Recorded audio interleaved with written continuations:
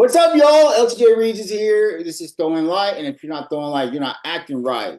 Before we get started, I just want to remind you guys, please follow my YouTube channel. I'm figuring out like an official rollout for my YouTube channel. This is where you're getting. You're getting all the Throwing Light interviews. You're getting the Throwing Light tours that I've started. You're getting my personal artistry, my music videos. I'm working on lots of things coming in 2026, definitely highlighting not just my leather life, but a lot of aspects of my life that I would love for you guys to witness. That too, I have a nonprofit, Louisiana Words, that I also do too. You can find videos for that. Other than that, remember, subscribe. All you gotta do is follow this YouTube video to figure out how to subscribe so you can get notifications every time I post something. And you can go ahead and see everything I have available now. With that being said, let's go ahead and open up our episode over and kick it over to Matías. This is your Eagle LA Mr. Leather 2025. Yes. Matías is going to be judging MAL in 2 weeks. And then you're judging the Eagle LA competition this weekend. Yes. Before we get into all that fun stuff, let's slow it down. Let's go back. Let's take some steps back. How'd you get involved? Um, and well, I was attracted to leather when I first went to the Eagle, New York City. I'm from New York originally. Well, originally I'm from Argentina, but I grew up in New York.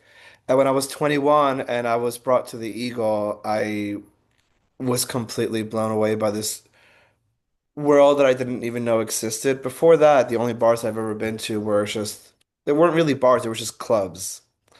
And I thought those were the only spaces that existed. And then when I saw like men in leather and they were all beefy and all sorts of guys, I was like, oh shit, this isn't just like in porn. This is like real life. Like this is actually happening. So I went to the bartender there, Richard, and I asked him, it's like, what do I do? How do I do what you do? How do I be in this space? And he told me to start off as a server somewhere, work your way up to bartender, and eventually try to find yourself at a gay bar. And that's what I did. You And followed the T. You were like, I'm going to follow this path exactly. literally, I was like, I want to do what you do. I want to be here. Like, because I worked in restaurants and I didn't bartend yet. So I was just like, how do I do this? I want to be here. And so that's what I did. And now I'm very lucky to be at the Eagle LA for uh 5 years now. What was the environment like for you? What made you want to work to having this space for yourself? It's just I think I liked how for me like it was different. People actually like went up to each other and like the whole cruising thing. I've never really experienced when I went to like a gay club and I feel like gay clubs is more like for like partying. And yeah, of course it was like a little bit sexually charged, but like this space was like hyperly sexually charged and also at the same time it was really friendly. It's just people just talking to each other. And I was just like, I want to be here all the time. Now I am. Are you 24/7? Are you sleeping there? I mean, I'm there at least 5 days a week, and then sometimes even on my days off, anytime I'm like at another bar, I look at my friends who are like, should we just go to the Eagle? So I really truly love it there. I understand. I feel like the Austin Eagle is my home. Like, um, you start going there and just the dynamics change. Like, I have to tell a lot of them, I'm like, I think of y'all as family, so like I'm not gonna be very sexual. So I mean, but no, I know when I show up to my home bar, the Eagle, that there's always going to be a familiar face. There's always someone there for me to hug. I mean, I know everybody, and you have that experience. It's kind of like once you become a title holder for the bar, it just I don't know how to explain it. Just you're treated different, and it's something that's ongoing. As long as you're giving to your community, I feel like Sir Rat and Austin Eagle are always going to support my endeavors because I still give back. And obviously, you had kind of like I think Marcus was bartending too before, so it's interesting to see for like work to be your entrance into the community, if that makes sense. And so now doing it and being there, what's kind of like your relationship with the community now that you've done this? Well, I was able to organize some fundraisers now, because it's like, oh, you have two or three events. They're blocked out for you. You could do whatever you want with them. You could raise money however you want. Um, and my whole thing was, this bar gave me a lot, and I wanted to give back to them and to give back to the people who support me. And so I did two fundraisers. I did one. So as soon as I won the contest, the fires happened Oh, okay. 3 days after. So that was supposed to that the first fundraiser was actually supposed to be for my IML journey, but it didn't feel right raising any money for myself when people lost their houses. Yeah. So instead we were raising money for the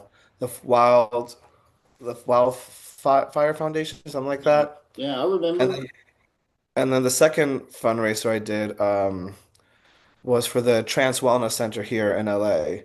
And we raised $5,000 by suggested donations at the door and by selling Eagle LA shirts with the trans logo on it and hats. That's cool. What I really want to do before we delve more into this, let's go back to Argentina. Mhm. Um, the world's a crazy place right now. But how long were you in Argentina?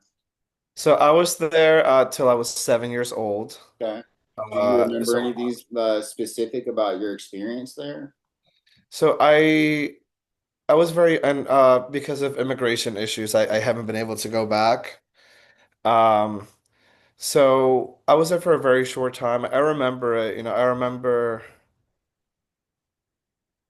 I remember we were poor. I remember that. I remember hanging out at the park with my brother. Um, Sadly, I didn't get to make a lot of like really deep memories because I was taken from there when I was very young. But you remember being poor.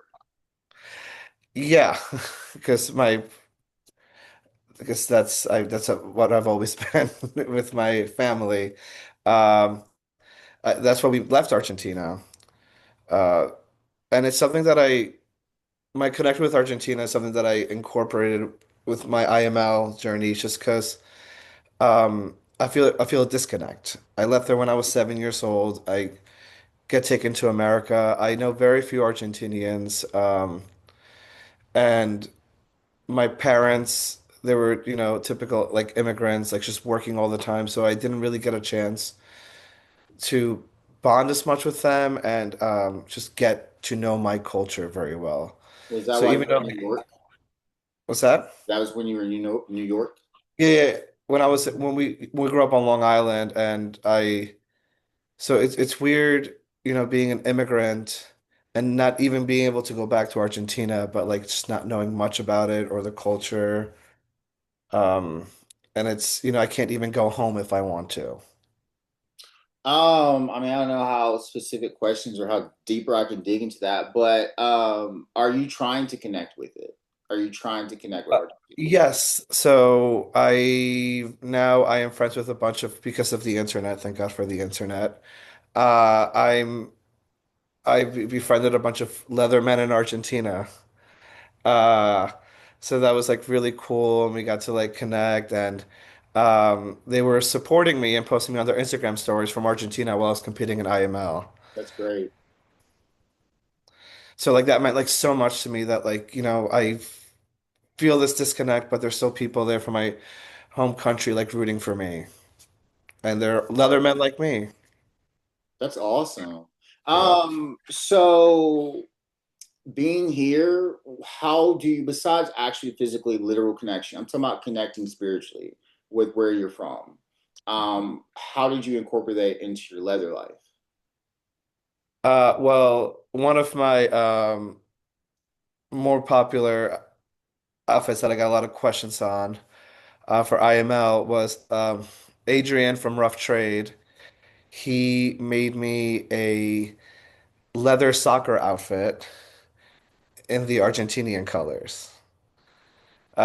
And it's my favorite piece of leather ever. I sadly don't get a chance to wear it out often, because I'm not going to wear that behind the bar. I do not want that to get like messed up, and also it's kind of hard to work in that.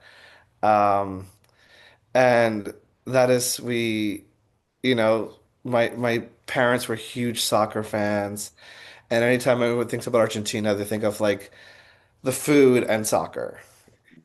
The food. So we made a leather Argentinian soccer outfit. That's awesome. Yeah. Um, Now being where you are today, and you've been in New York. I mean, like, what has been some? Let's focus on LA and New York, the two juggernauts of our country. Yeah. Um, what was your experiences like? Where did you like better? Um, it's kind of hard because there's pros and cons of both. I feel, in New York, the bars are open till 4 a.m., so I was working very, very late. Oh, what I time would did you work, go in though? what's that? What time did you go in? 8:30, Oh, 9. So, here in New York, I worked 5 days and it would be 50-hour week. Here, I work 5 days and it's like 30, 32 hours. So I have a lot more free time and I get to, you know, bond with people and enjoy the city more. I love New York. I'm going to be there Monday. I decided to fly into New York, see everybody, and then take the Amtrak up to DC. I got to pop into the Eagle, jock shop night Wednesday nights. Best okay. time ever. Um, I'm going in a couple of weeks, but I won't be there on the Wednesday. oh, what's that? That was like my night to go. I was there every single Wednesday night. Um, Zephyr's going to take me to the beer bust or something on Beer Sunday. set Sundays, yeah, Sunday beer bust. I'm going to go Saturday night. I'm going from Saturday to Tuesday. I'm going to go do one of these panels there. So yeah, I'm trying to figure out. I'll probably go to the Eagle probably every night, to be honest with you. It's I don't know it's what to do as a I just feel that's where I want to be. I don't know how to explain it. no, you should. I love New York. It's got a lot of bars. My favorite spot was always going to the Eagle. I used to work at the Monster when I lived in New York. It's in the West Village. It's a uh, it's a piano bar upstairs and a disco downstairs. And I would wear leather when I went there, and I would look and feel so out of place, but I just wanted to like incorporate it anyways because that's what I liked. But then there's somebody, on the corner singing, "Maybe this time." True story. I was dating a guy, and this is like when I was like 22, and we went to New York for the New Year's drop, whatever. We broke up in New York, and I remember going to Monster. so, so that was like I specifically remember going to Monster. But what to talk about a crazy New Year's for me, dude? That was wild. I've been to New York a couple of times. Um, Okay, so like what has been like your primary like really really motivating factor or issue that you really been trying to get behind as a community person? Um, there's so, to me, there's like two things that like you just cannot ignore. Like living in LA, it's just like what's happening with ICE. And also even, the reason why I raised money for the Trans Wellness Center is the Children's Hospital like stopped all their trans programs, like life-saving stuff. So those are the two things that like I wanted to focus on and just bring attention to. I'm under DACA, so that stands for Deferred Action for Childhood Arrivals. Say that So I again. It's D what? EACA, that's the acronym, DACA. So Say I have a social security, uh, I have a social security number. I have a work authorization card. I'm allowed to be here. I could fly within the US, and that's fine. But it's still scary because I am still technically, I don't have a visa. Even though this whole thing was for people like me to be safe from deportation. So it's kind of hard trying to like navigate, like wanted to do something, but at the same time, I don't want to draw too much attention to myself. I You know, understand that. That's a hard place to be in because you so feel like like, you have to hold yourself back a little bit, right? well, absolutely. Well, that's Yeah, exactly. Like I can't go to protest. Going to protest is dangerous for me. I They can't just have arrest you, right? if they arrest me, that means that I have something. I've been arrested, and then they're gonna deny my because I gotta renew it every 2 years.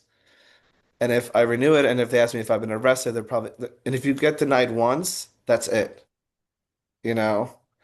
So I've been renewing it for the past like I think it came out in 2012, so like 13 years. Damn. So it's hard because like I want to be vocal, but I also don't want to draw too much attention to myself. So the best thing I could do is just talk to the people at the bar in person.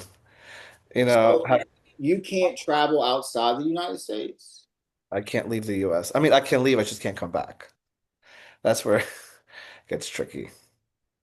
Wow, Yeah. So that's why I haven't been able to go back home since I was since 2000. So it's gonna 25, quite a 26. pickle to be in. Like, I'm just trying to think, like, what if you wanted to leave? Like, Then I would have to accept that I'm not gonna be let back in. and why You would know, they not let you back in?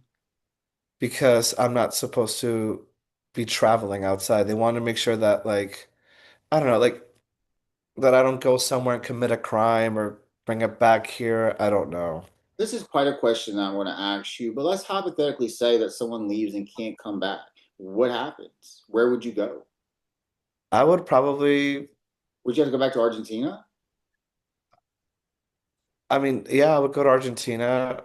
I would go to Argentina. I would try to see if I could seek asylum somewhere, but I feel like I would have to go back to Argentina. That's where my citizenship is. Right. That's interesting. Stefan, right? Stefan? Yeah, Mr. London Leather. Yeah. So I was in the UK and we did an in-person interview and we talked a little bit about that with him because the people that some of the political parties over there are talking about revoking, you know, and if I believe he's from I forgot where he's from in Africa. I think I can't remember. But so it like I don't know. It's such a here I am with what we're going on in here, and I'm just thinking about like is there a way for me to get out of here if things really get bad or things go left? Like I'm generally like I literally drove my whole car ride from everywhere I went was like okay.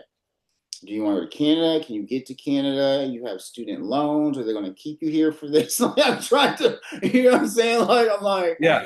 are they going to not let me? Because the only thing I'm worried about keeping me here are student loans. And I don't. But baby, let me tell you something. I'll escape. I'll escape. Yeah. I'll survive. I'll be fine. Good. Because I mean I can blend in. Don't. I'm not worried about that. But um, it sucks hearing your story, hearing other stories, us being in this position where we're having to have real conversations and real thought out processes about our safety and our well being. And if people are going to hurt us, reject us, imprison us, that's wild. It's wild. I don't know why people would want this, why people would want division and drama. It's literally drama all the time.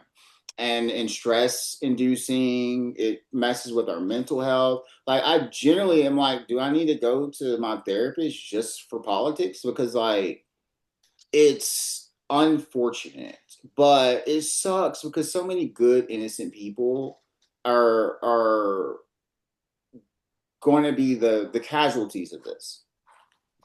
And it's hard, but as a leather person, do you ever feel stereotyped? I mean, in like what way? Like, So in general, like when you're out, like do you ever show your leather side in non-leather spaces? uh, yes, I do. So one is kind of hard because I'm only off Mondays and Tuesdays, which aren't really like the prime time going out days. But when I go to a concert, I like to wear a leather vest, a cuff, or something. Uh, if I go to Palm Springs, if I take a weekend off, I'll go out with my with one of my vests, and an armband. Um, and I usually I don't feel out of place depending like if I go to like Dick's or the tool shed, well, those are leather spaces. I thought I was. You have to clarify because there's Dick's the restaurant, and then they're just in general people that are dicks. So you have to always Yeah, yeah. clarify that. Uh, you know what? I feel like yeah, I usually wear my leather in like leather spaces or like Levi bars. You want to know what gets okay? So people stare at me a lot. It's not for what you might think. It's because of this a lot. Okay, it's funny when I get on airplanes, but it's amazing how even leather or your sash can trigger either looks or conversations. Um, but like I would wear my sash, so I do leather flash mobs here. So we show up at a venue every now and then, and we hang out. And so my sash wife Mo, the first Ms. Austin Eagle, she really wanted us to show up and straight places and be there. And so I supported her, and the reception was really really positive. I had Oh, more positive reactions about my sash than I do about wearing this locker around me. And so but there's a guy, we were sitting there, and this guy comes up and goes, "Oh, what's that? Y'all look cool, blah blah." And we told him who we are. He went, got on his cell phone, looked up who we are, and then came back. He was like, "Congratulations." that's It sweet. was a great moment. And I try to tell people, like, for me, I do all this stuff and I'm not looking to have crowds. I'm just looking to have that consistency. You know what I'm saying? Yeah. And something for people to do. And so, in Texas, we are in a really tricky situation. And not only is it super hot to be wearing leather here, but it's chilly right now. But the political climate is hot. And so it's interesting. It's interesting figuring out how to navigate our community on a statewide level because we're all pretty networked here in Texas. So I don't know how things are for you, and like if you go to other suburbs or maybe San Diego, you might go. That's kind of far, right? How far is San Yeah, Diego? I was in San Diego in November and I went out in my I brought my Eagle vest when I was So, like, we had Pride in August, and it's super hot. Last year, I marched with one of the candidates for mayor, and just drenched, dude, just drenched. But the biggest thing really here is just that the trans people are really under attack here, and we are able to really get around. Like if I want to, I'm in Austin. If I want to go to Houston, that's 2.5 hours. Dallas, 2.5 hours. San Antonio, hour and a half. Rio Grande Valley. So we zip around all the time, and it's very common for us to see each other once a month in other cities. I know I'm in Dallas and Houston very very often, so we're very close. And so I don't know, I haven't really had this conversation or asked other people how they are in their states, but in Texas, we really are trying to counteract the energy as much as we can. But what do you believe are some ways that the community can help protect people that are immigrants in our community or help uplift them or help them create solutions or how to navigate this climate? Because I mean, this is a conversation that we should have. yeah. Honestly, it's just like you gotta help raise funds for like organizations like we have Chirla here, CHIRLA, and they help me renew my DECA and they do that, pro bono and just like help find our organizations that have been helping immigrants, like get them like legal help and resources. And another way is, if I mean this asks a lot of somebody, but I have seen it online, if ICE is there, get in the way of them. You know, like I've seen people been prevented from being taken by just people just getting right in front of just blocking them, not letting them into the business where the person's hiding. Um, even just now, it just happened today. Like one of the Hilton hotels, they refused them to like the ICE officers to stay. Like stuff like that is how They you wouldn't let could. them stay in the hotel. They would not let the ICE officer stay in the hotel. Um, things like that, and it's hard because like you also don't want to draw any attention to the person, you know, who is, in danger of being, taken by ICE. There's always going to be good people in this world that are going to help, and try. They're going to try to do the best they can. We've been through this with Anne Frank and all those stories. Yeah. Like, there is always the one thing we can always count on is good, and good will be there even in times of darkness. But I truly believe that there's more good in the world than bad. But it's just that bad people are in power, and it's really hard to see the good and how genuinely. I just don't believe that everybody wants to see people hurt. I just don't believe that. But I do believe there are people that don't want to be good people, and I had to this for example, what we're witnessing like does has no interest in being a good human being whatsoever. Yeah. That's hard. I got one last question for you. Are you ready? Yeah. What is one aspect of our community that you feel that we are not shedding enough light on that we should shed more light on? I'm not shedding enough light on. Now, when you say community, do you mean just in general or leather community I think specific? that we should say general statements because to be honest, we're all under fire here. Yeah. Um, that's a, I feel like I'm back at IML. You Okay, getting I am it's known to just ask some IML questions. yeah. I feel like right now we're doing a good job at like finally focusing on like our trans brothers and our trans siblings. We just got to keep it up. That is everyone's conversation now, which is good. I want us to be talking about it. I want my friends to feel safe and supported. I'm trying to think if there's something that you know what, always takes a back road is folks with disabilities. Yeah. Mhm. We You did a know, panel on this show for disability. Yeah. I feel like that always takes a bit of a back row, and that could be, that's you could, lesbian, gay, trans, it doesn't discriminate. It could be in. So I think that I'll say this one thing in a relationship that people with disabilities want to be sexy. They want to be sexual. They are sexual. And I think that one of the things I learned from doing that panel was that how uh, people with disabilities can be desexualized and not thought of as sexual objects or all that. And that's a hard thing and place to be, but it's a real thing. They don't want to be a fetish either.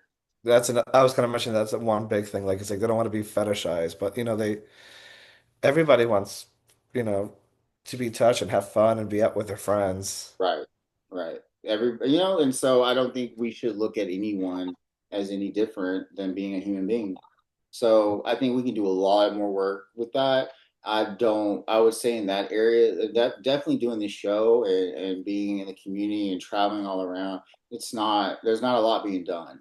And there's not a lot of conversations about it. There are some, but they're not a lot. There should be a lot more.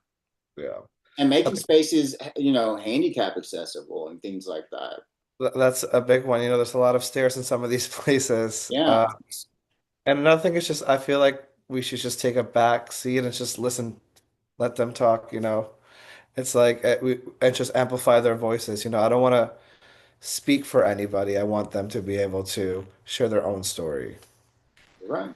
All right, Matthias, we are at the end of the show here. Thank you so much for being a guest. I Sure. really, really think people should watch this episode. I really do. Uh, I'm gonna and thank put you for all you do. I watched before competing at IML. I watched, we had all the judges, so I was watching all the videos. I'll see you this year, right? At IML, Yeah. um, no, we can't afford losing a bar. It's a busy weekend at the bar, and my boss like, no one can take this weekend off, and so What? You can't go yeah. back for a reunion or anything? No, I mean, there's always the group chat. There is a group chat. I've got the group chat. Uh, It is still 2 years later. It's still popping. and I get to see people. I saw Sepher. They stayed with me for a weekend, and I'm gonna see them at MAL, I'm sure. Yeah. So So yeah, so sadly no IML for me this year. No Maybe worries, no worries. if they allow it. Yeah, those dates are blacked off. Interesting. Okay. All right, well, there's one thing left to do. Are you ready? Yes, of course. Go ahead. All right, if you're not throwing light, you're not acting right. Did I Um, say it right? you said you were perfect. Okay, Only good, like good. three people have flubbed in the entire history of the show, so you're not one of those three people. Don't worry about Okay, thank God. No, that. and once again, thank you for all you do. Of course, of course. I Get in have touch watched a with few me. of your videos, so when you said you reach out, I'm like, yes, of course. I gotta. We'll actually be in touch with you because I'm doing this tour and I plan to come to LA. So Oh yeah, come to I'll work LA. with you because I love to do a panel at the Eagle LA. That's on my agenda for like I'm gonna reach out to you because I was thinking about doing it in November, so around the time that Claw is, but we'll see. Well, that'd be a good idea. Yeah, we Mhm. could do a panel. All I'll right talk then. about that. All right, All thank you right, so y'all. Well, that's been another episode of Throwing Light, a very good episode of Throwing Light. Catch y'all next week. Bye. much. See ya.